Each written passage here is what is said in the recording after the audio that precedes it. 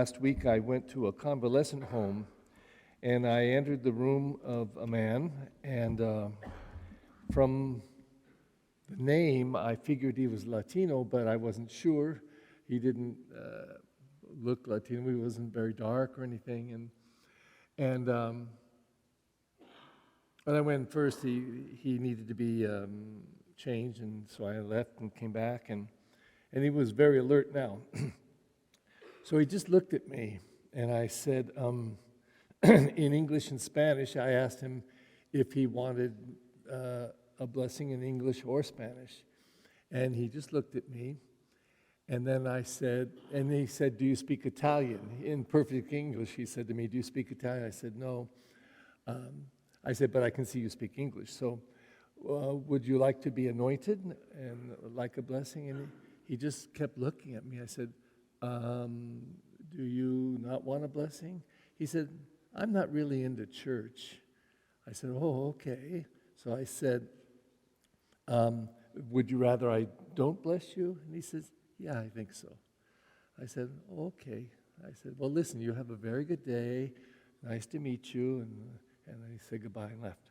Now, strangely, I admired the man because he didn't want something done that he didn't believe in, apparently. And, or maybe he was angry at the church, I don't know.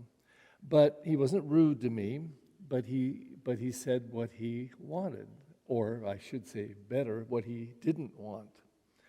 And I contrast that to, because I am a blessing machine.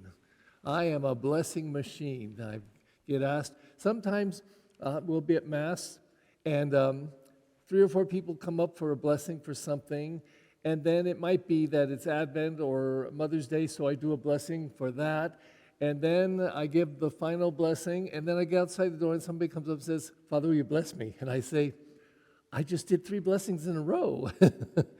"Oh, yeah, but I want one." Okay. I'm not sure what all that is about, but I will say this. If a person invites me to their house or to bless the car, but I'll say the house first, I always say to them, we don't believe in magic in the Catholic Church. We don't believe in magic, but we believe in deeply spiritual power. And so if I bless the house, my blessing isn't going to make the stucco better. It's not going to prevent a fire or theft. You have to take care. But I'll tell you what the blessing does, I think.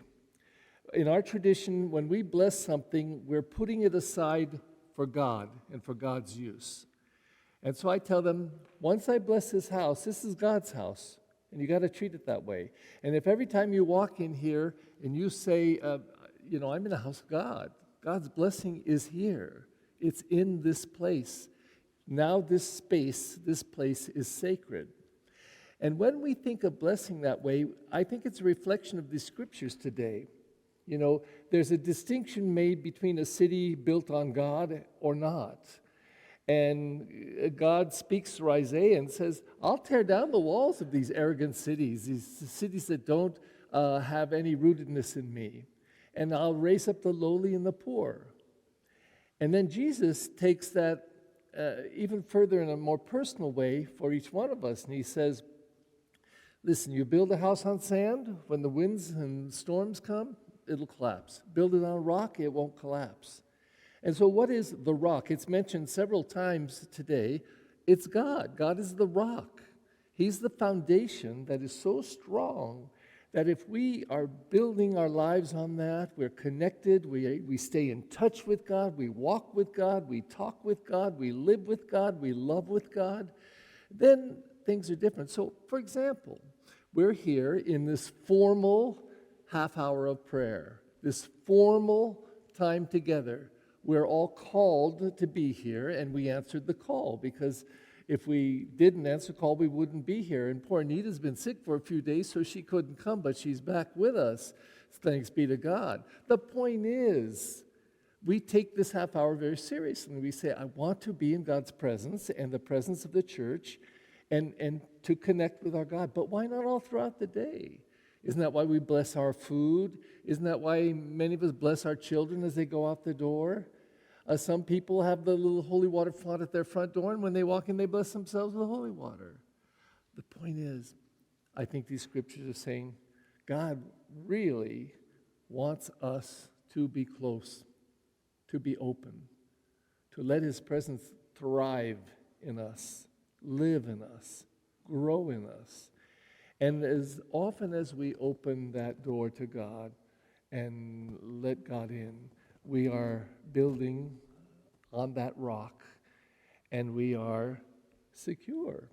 And even when the winds and the rains come, and they will, even when sickness and problems and even death come to our house, and it will, if we are rooted in God and built on God, the scriptures tell us. I really believe it.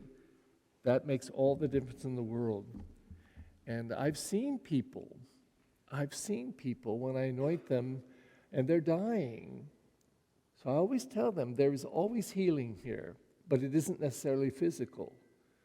And spiritual healing, I think, is even more important, because with spiritual healing, a person can say, I'm dying, but I trust in God. It's okay. I'm ready to return to my God. Please stand.